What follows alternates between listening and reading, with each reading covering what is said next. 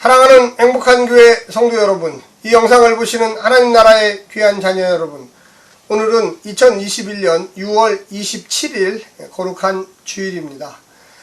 오늘 본문은 아주 특별한 본문인데요. 신구약 성경에 어디에도 나오지도 않는 이 아굴의 잠언이라고 이야기하고 있습니다. 그래서 아마도 이방 현자가 아닐까. 그런데 그것이 기독교 신앙 또한 야훼 신앙에 흡수되어서 좋은 언어로 우리에게 다시금 전달되고 있다는 것입니다. 그러니까 세상에서도 지혜는 많이 있습니다, 사실. 근데 이제 그 지혜가 우리 기독교 신앙하고 잘 부합되느냐, 안 되느냐, 또한 하나님이 가르쳐 주신 하나님 나라와 비슷한 점이라도 좀 있느냐, 이런 것을 잘 살펴봐야만 하겠습니다. 오늘날 세상에서는 리더십이나 성공학, 뭐 또 여러 가지 인생을 살아가면서 필요한 기술이라든지 또 처세를 가리키고 있습니다.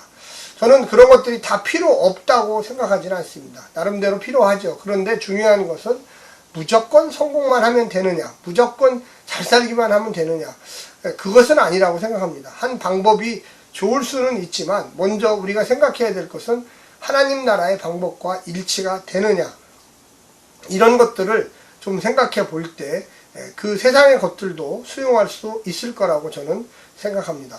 오늘 우리에게 주시는 하나님의 말씀은 잠언 30장 1절부터 17절까지의 말씀입니다. 먼저 말씀을 듣고 다시 오겠습니다.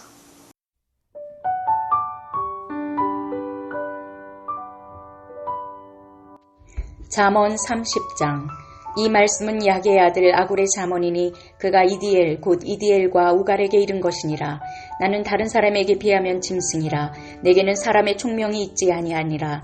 나는 지혜를 배우지 못하였고 또 거룩하신 자를 아는 지식이 없거니와 하늘에 올라갔다가 내려온 자가 누구인지, 바람을 그 장중에 모은 자가 누구인지, 물을 옷에 싼 자가 누구인지, 땅의 모든 끝을 정한 자가 누구인지, 그의 이름이 무엇인지, 그의 아들의 이름이 무엇인지 너는 아느냐.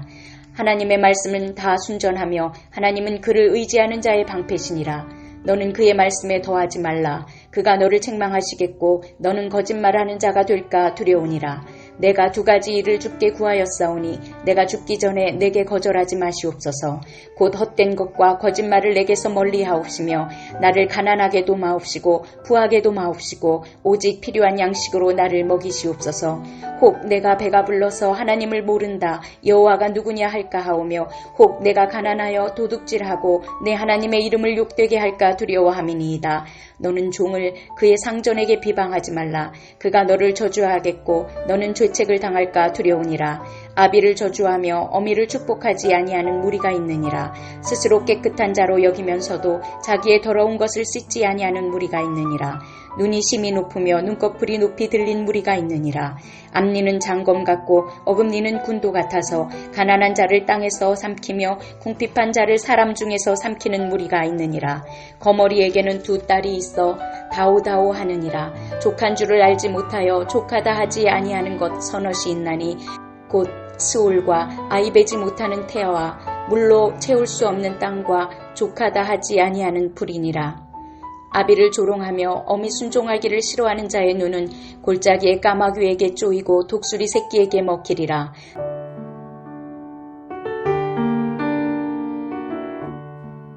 수수께끼 같은 이 아굴의 잠언은 자사전적 1인칭 언어로 자신의 어리석음을 고백하면서 시작합니다. 사람 지혜의 한계, 우주를 관찰하시는 거룩한 자의 본질과 정체성을 인식하고요. 모든 하나님 말씀의 순전함을 고백하고 있습니다. 다만 어디서도 발견되지 않는 이 독특한 아굴의 기도는 거짓말과 탐욕을 경계하고 절제된 만족감을 지향하면서 반대로 만족감이 없는 인간 군상들을 흥미로운 은유로 교현하고 있습니다.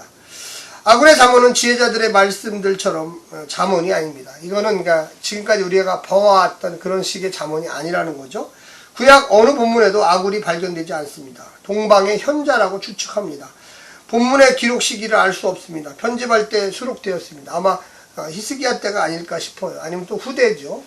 신원의 형태의 일반적인 잠언이 아닙니다. 내용은 오만과 탐욕을 검열하고 우주적 사회적 질서를 유지하는 권위를 가르치고 있습니다. 아굴의 잠언은 구약 어느 곳에서도 등장하지 않는데요. 2절부터 9절은 1인칭 자신의 고백입니다. 하나님께 간절히 호소하고 도움을 청하고 있습니다. 4절은 6개의 의문문입니다. 욥기 38장부터 41장까지 비슷한 질문들이 들어있습니다. 근본적으로 인간과 하나님의 차이점을 이야기합니다. 질문 형식은 뭐뭐를 아느냐? 나는 모른다. 뭐 이런 식으로 나는 아니다. 이렇게 대답을 합니다. 인간과 하나님과의 한계를 지적하며 궁극적인 지혜가 하나님이심을 정말로 강조합니다. 그래서 당연히 인간은 하나님께 순종해야 합니다. 진리이시기 때문에 그렇죠. 오직 하나님의 말씀이 참되며 인간은 그 말씀에 가감하지 말고 빼거나 더하지 말고 아굴은 모든 것을 하나님께 맡기며 죽기 전에 그 성취를 요구하고 있습니다. 아굴은 두 가지를 특별히 요청했습니다. 8절에 보면 허위와 거짓말을 저에게 멀리하여 주시고 저를 가난하게 해도 부하게 해도 하지 마시고 오직 저에게 필요한 양식을 주십시오. 이렇게 기도하고 있습니다. 이것이 아마 핵심이 아닐까 생각합니다. 필요한 양식은 이스라엘 백성들이 광야에서 출애굽 중 40년을 먹었던 만나와 메추리와 같이 하나님이 직접 공급하여 주시며 부족함이 없게 해달라는 이야기입니다. 우리가 15절, 16절 만족하지 못하는 4가지 흥미로운 숫자를 쓰고 있는데요. 거머리에게 2딸, 그 딸은 달라달라 외친다는 거죠. 족한 줄 알지 못합니다. 만족하는 자와 만족하지 못하는 자, 개간해야 할 땅은 많은 물들이 또한 필요합니다. 재미를 위한 수수께끼, 수울과 아이 베지 못한 태, 물로 채워 없는 땅과 물과 불은 반대이죠. 탐욕스러운 군상들. 그러니까 물과 불처럼 전혀 맞지 않는 군상들을 등장시키죠. 자기 일에 신경 쓰고 남의 일에 지나치게 간섭하지 말라고 이야기하고 있습니다. 자기 부모를 저주하고 축복하지 않는 무리, 부모 공경하지 않는 죄는 우리가 알다시피 심각한 범죄입니다. 우리가 한 3가지 정도를 좀 이야기하면요. 지혜자의 한계.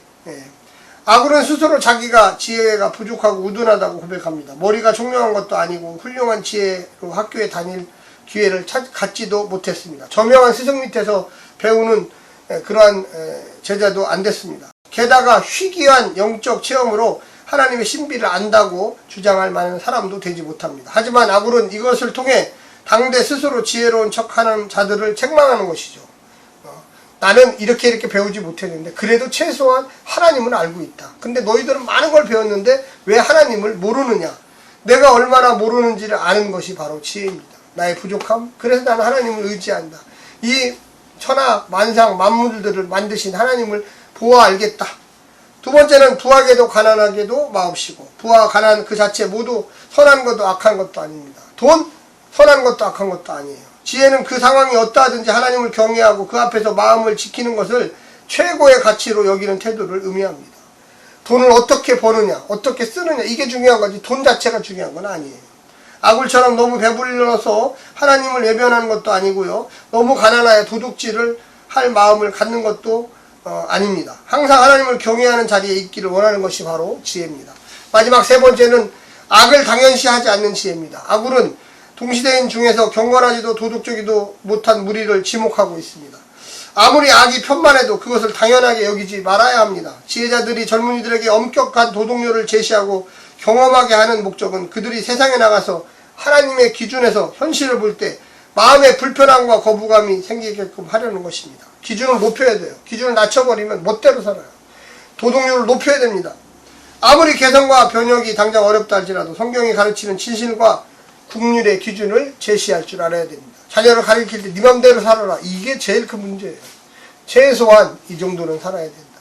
하나님을 지혜롭게 영접해야 된다. 매주 주일날 예배는 가야 된다.